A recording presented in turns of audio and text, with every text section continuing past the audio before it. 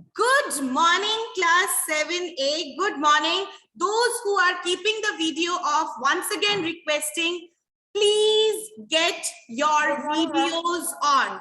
Please get your videos on. Okay, now this class on Friday, I will be going a little fast so that we catch up with, since we missed 2 classes last week, and then we are at par with all the other things. Hence, we are going to start today and go ahead with our next part of the Mughal Empire. That is who? Humayun. We have completed learning about Babur. We know about Babur, and we have already discussed that Babur is someone who was actually from the land of Farghana, who came here and who became the king of Delhi. But how many years could he rule for? Ma'am, only a span of 4 years. Only 4 years. Yes. Before even he could, establish his empire properly, he died. Okay, it is, and I told you the story that it is believed that Humayun was sick and Babur prayed for his recovery while he died. But ma'am, actually search for in internet that it was an accident that he was dead. It was an accident. There are beliefs that he had caught a local disease. He had actually caught a disease for which he could not survive. And that time medical facilities were not so advanced like we have now. Yes. So, Yes. people like I think so. dying of dengue, who died of dengue. So at that time it was not so advanced. But Babur, in the land of India, he remained undefeated. Neither the Rajputs nor the Lodhis could defeat Babur's small army, but comparatively much more organized, much better, and much advanced. Yes, ma'am. And Because they used artillery, ma'am, guns and weapons. His use of artillery is guns and weapons. Guns and cannons. You can tell a fact. Yes, Sonny. Humayun was presented the Kohinoor diamond in Agra. The Kohinoor has a big history. We will come to the story of Kohinoor a little bit later on. Humayun. It's not really associated with Humayun as such, but Kohinoor comes a little later on. Okay, we will discuss that. Not now. We will discuss your points. Okay, ma'am. Now, Babur, whatever about Babur we come to know, about these battles, about how was India back then, many things we come to know from Tuzuk-i-Baburi or Baburnama. Either way, it's the same book, where Babur used to write down his experiences. So this is a very, very important source of, information, which gives us accurate information about that period of India. It's not on guesses. We are not guessing that these battles took place. We are not guessing how India was during that time, but these are facts because someone who lived during that time wrote down his experiences, and those writings could be understood by modern historians and archaeologists and those who study ancient languages and all. Okay, so Tuzuk-i-Baburi is a very, very important source of information. Now, children, after Babur's death, Humayun was made the king of Delhi. He had to, being the eldest, he had to quickly sit on the throne of Delhi. But things for him was not easy. Okay, these points are not there in your book. I have shared the study material, but I want everyone to write down this as a question as to what were the problems faced by Humayun when he ascended the throne of Delhi, or when he succeeded his father. Anyway, you can be asked. These points are not there in your book. Okay, so this is given in a point-wise format, if you can see. So, First thing, when Humayun became the king, he sat on the throne in 1530. Okay, Humayun was not a very matured and matured, capable and very good leader like Babur was. Neither was his military skills as sharp as his father. He was an average person. Yes, he got the throne because during that time, what was it? Father to son, then his son, grandson, like that only. Okay. Yes, ma'am. The eldest son should ascend the throne. Humayun followed a It's different not thing. even eldest son, but There was it's very discrimination that time. They The were district just divided. yes. They were just Very dividing typical lands. in nature. What happened was Humayun not being as capable as Babur, but he had to sit on the throne, and he did not know how to manage a newly formed kingdom so well. India was a newly acquired land from them. Remember, it was not their original land. They have recently got hold, become the king of That was India. Afghanistan. So the thing is, he did not know that a newly formed kingdom, which was surrounded by enemies, what to do. And taking advantage of Babur's death, the enemies once again rose to power.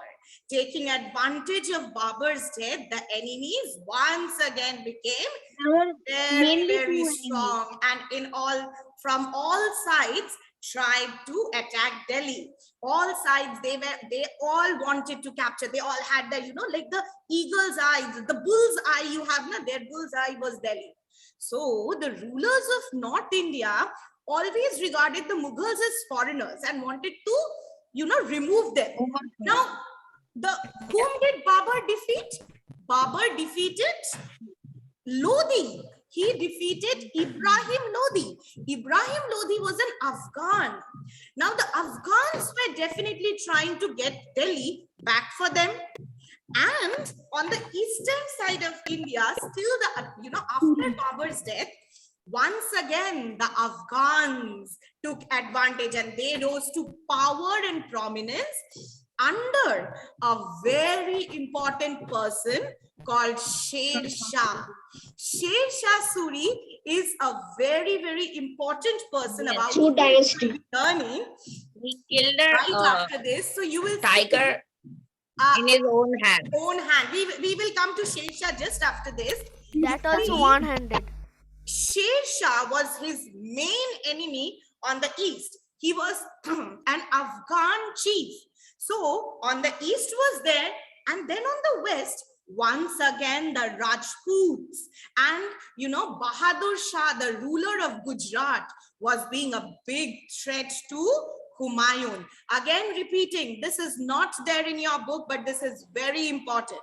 So you can write down the question: what were the problems faced by Humayun when he ascended the throne of Delhi? Ascended means when he sat on the throne of Delhi, or it can be given after he succeeded his father. Anyway, okay. Of course, I'll not ask all of them. Maybe write any 2 or write any 3. So you need to write them down. I'll consider this part done. Next, Humayun was not the only son. In Mughals, there was the tradition, like in Hindu culture was also there, of multiple marriages. One man marrying, Yes, ma'am. and they had number of children. So Humayun's brothers, they were also ambitious and they were greedy. It means everybody wanted power. Everybody wanted to be the king. King is the ultimate power, the ultimate authority. Hence, you see, his brothers were not supporting him. Rather, his brothers were against him. They wanted to take over the throne of Delhi as well. He had to fight outside enemies also. And then again, he had to fight enemies within his own family. His own family members were conspiring against him and trying to take away the kingdom. So that was another trouble. And lastly, as I earlier only mentioned, one big problem was Humayun was not, as capable as Babur was in managing such a huge newly formed kingdom. Had there been rules and laws properly set, the kingdom was well under control, things would have been easier. But Babur died so quickly, things were already in a chaos. So he was busy. Humayun's reign became, filled with fighting and filled with one after the other rebellions and fights. This was all that was going on. And one very sad part was Humayun was addicted to opium. Opium is a type of drug. When you smell, when you take these kind of drugs, you are far away. Is it some kind of cigarette or? It's not a cigarette really, but It's a drug. Let's not call it Alcohol. People used to, no, not even alcohol. You actually, it's a type of drug you smoke only. There are other ways, but kind of drugs like opium means basically what happens is he was a person who liked to enjoy life, enjoy the royalties done, hold a strong hand and hold the empire. He was, Ma'am, drugs like tablets or you are some talking drugs. about India in 1950s. Please don't talk about tablets. Okay, so don't write this. You can just simply mention he was addicted to opium. Opium, opium is something that causes you drowsiness and you feel you are lost. You don't. So these drugs are now illegal. Earlier, opium was something that was cultivated. It's a plant. You get that from a plant. Yes, ma'am. A green plant. Yeah, this is an illegal thing now. But he was addicted. So what? He liked to spend his life in luxuries like a king, drinking and all those things, and which was something that was not going to help his kingdom. Hence, what happened was, the result was a break in the Mughal rule. The Mughal rule did not, continue during the reign of Humayun. So in 1530, after Babur's death, when Humayun became the king, he had to face a lot of troubles, and his biggest threat, Sher Shah Suri, easily defeated him in two consecutive battles, one after the other, fought in 2 years. And in the second year, when he was fighting this battle, after the defeat in the second time when he got defeated, Humayun had to give away the throne and run away from India. Humayun could not stay anymore in India. He ran away from India, saving his life in forests and all, and he was roaming around. So, two very important battles. He wandered for 15 years. Yes. The two very important battles, you must remember the name. The first battle was in 1539, which was called the Battle of Chausa. The Battle of Chausa, it was fought in Chausa. So, first Battle of Chausa, Sher Shah defeated Humayun, and Humayun, but still was holding on to the throne of Delhi. Humayun gave him money and all, and he went back. But Sher Shah's motive was gaining over Delhi. So Sher Shah was very, very clear that he wants Delhi. So he attacked once again in the very next year, and he defeated Humayun in the second battle, which is known as the Battle of Kannauj. Chausa also Humayun was defeated, but Humayun could still hold on to the throne of Delhi. But the Battle of Kannauj, Humayun was no more able to hold on to Delhi. And by that time, actually, when Sher Shah was rising to power, Humayun that time was initially fighting in the west, the Rajputs and the ruler of Gujarat. he was busy fighting in Gujarat when Sher Shah was slowly occupying the eastern side. Then Sher Shah attacked him in Chausa and Kannauj, and both times being defeated, second time Humayun had to run away from Delhi, saving his kingdom, taking his family members with him. So Humayun was in exile, actually I should say on the run for 15 years. 15 years, and during this period when he was on the run, his wife Hamida Banu Begum, his wife's name was Hamida Banu Begum, he gave birth to his Humayun's son Akbar. Jalaluddin Akbar. His actual name was Jalaluddin Muhammad. He got the title of Akbar much later on in life. His real name was Jalaluddin Muhammad. He got the title of Akbar much later on. So, and it's very, very strange that, Akbar was the one under whom the Mughal Empire became very solid in India, and Akbar was the one who for the first time brought the Hindus and the Muslims together and created a united nation than focusing on division. And the thing is, Akbar was born, though the Rajputs have always considered the Mughals as their enemy, but very, when in distress, they have helped as well. Akbar was born in the palace of a Rajput ruler. He was born in the palace of the ruler of Amarkot. Okay, so you will see that Akbar was born in a Rajput palace, and later on, he did not treat the Rajput as his enemies, but tried to win them over as friends. We'll do that later on, but during his exile, Akbar was born, okay? Now, how did Humayun get back Delhi? We will come to that when we do Sher Shah Suri. So, this part is clear to all of you till now? Humayun ran away from India and his son was born. Till here it's very clear. Okay. Now, I will be giving you a study material on Sher Shah Suri. I want you all to read the study material only, because this has some important extra information. Ma'am, will you send? Ma'am, Amarkot is in Pakistan. I will share it in Bicon itself.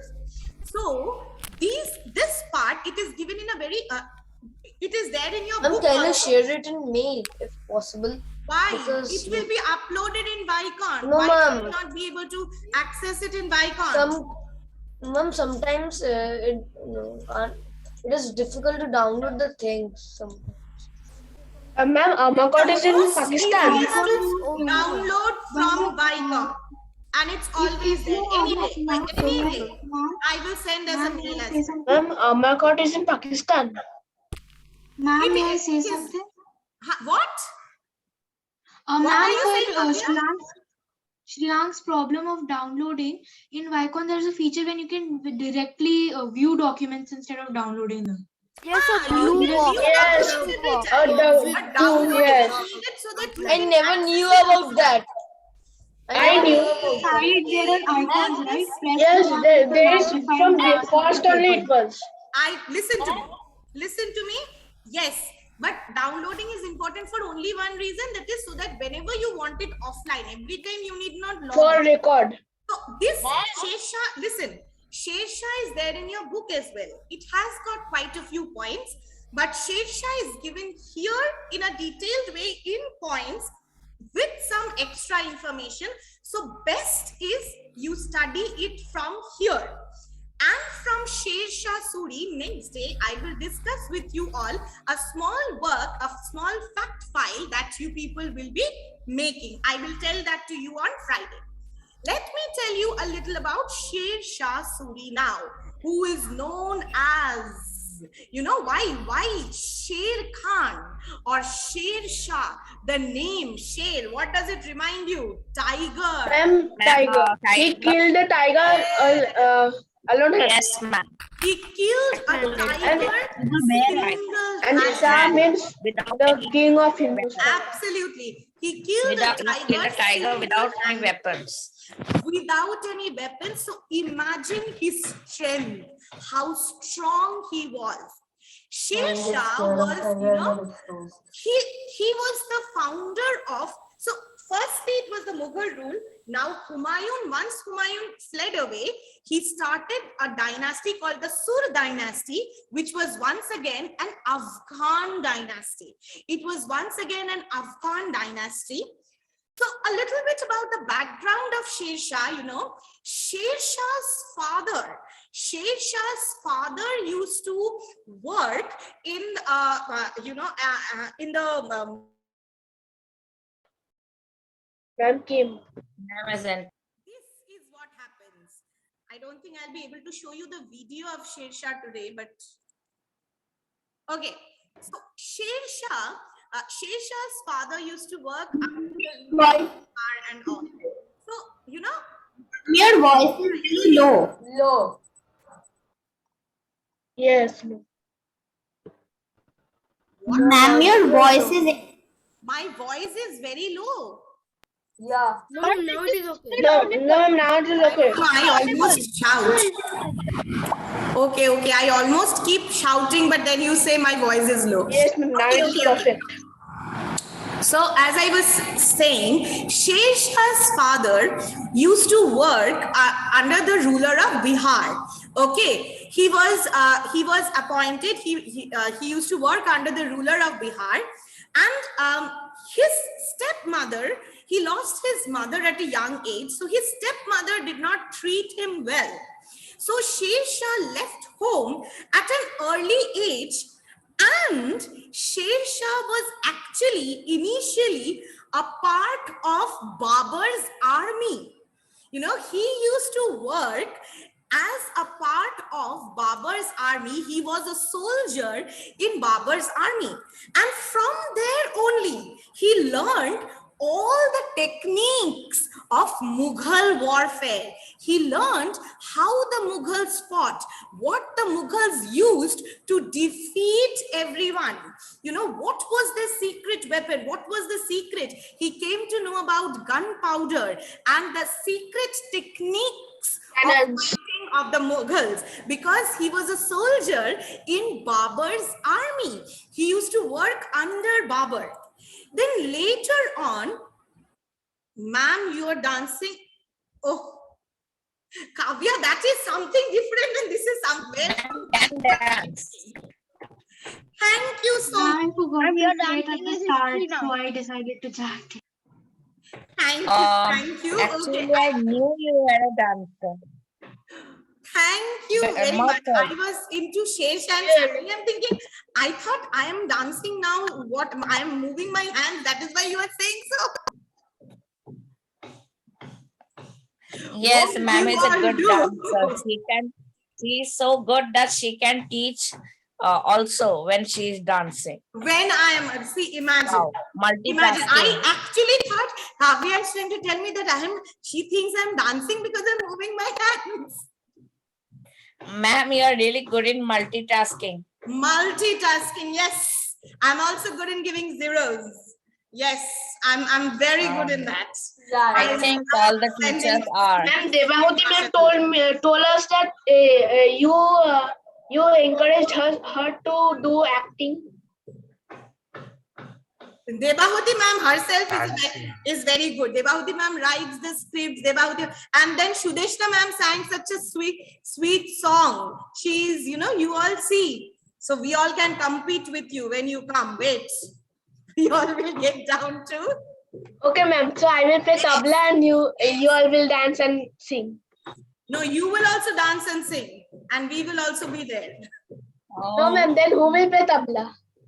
Oh, you all will play tabla. That is fine. That is fine. I forgot about Sher Shah doing all these things. Ma'am, I will. Mm. Hello. I will. You know what is teacher's favorite part? Giving students zeros. Hello, ma'am. Can you hear me? Hello. See, I send sweets. I send sweets. You all are, you all love Rasagollas. So I send Rasagollas. That is nice, na? You all enjoy that? Tasteless. Ma'am, I will like chum Tasteless. chum and Yeah, rasagollas. tasteless Means rasagullas. 10. Tasteless. They are filled with Ma'am, I Rasagollas, will- filled with history. Such a nice I know Ma'am. what you're man. telling. You're Or, telling you know, about zeros. When you grow up and you look at it and you will feel, Ma'am, I wow, don't want a historical rasgulla. I just want a chum I chum grew and the up getting rasgulla. so Means many 10. rasgullas. Means It you will means get 10 out of 10. means you will get 10 out of 100. 10 out of 100. What? Okay. 10 out of 100. I can see. So you are going to make the correction. 10 out of part 100. easier. You are going No, to ma'am, I want 100 out of 100. One chum chum and 2 rasagullas. One chom chom and 2 rasagullas. Clever. Means 100. I understood. 100. I understood. Ma'am, it also means 001. It also means 001. So 1 out No, of 100. I told ma'am to put it behind one, not before one. Ma'am, this is cheating. Do not put before one. Put it after one. I will have No, to see. I will- Then to means, I'll have to see what to give. But that depends on what kind of copies you give me. Then I will give you the return gifts. Your return gift depends on what you give me. Okay, then I will think about. I the will buy return. an expensive copy. Okay, now coming back to Sher Shah Suri, what I was telling you. So Sher Shah learnt all his techniques from the Mughal army itself, from Babur himself. And then he used those techniques against Humayun to defeat Humayun. Imagine. See, like you all. So this Babur is the must be feeling 100 betray. he cannot feel. So that is how the Babur had also done the same. He was invited to come, defeat and go, but he decided to stay. Now Sher Shah also learnt being a part of the Mughal army, and then he used the techniques against Humayun in the Mughal army in the 2 battles of Chausa and Kanauj. And when he became the king, he took the title, the Shah of Hindustan. Till now, the title of Shah means the king of Hindustan, the Shah of Hindustan. And he started the dynasty, which is called the Sur dynasty. His dynasty's name was the Sur dynasty. Okay, now I would want you all to watch a video on Sher Shah, but I don't know how much time is there. 6 minutes, ma'am. Let's Ma'am, see how 7 much minutes. you all can watch. Oh, 7 minutes 30 seconds. 7 7 and a half 7 minutes. minutes. Wait. I No, have 7 minutes 24 seconds. Counter you. May stop. Class. I think we Ma'am, should the consider clear this. alternative to basis. I feel educated. wait. This is Wow. Tea I sleeping think has this many is, health benefits. It helps your oral health and adds to your Ma'am, physical health. Skipper has come. This class. Please support the initiative. Please subscribe and please like.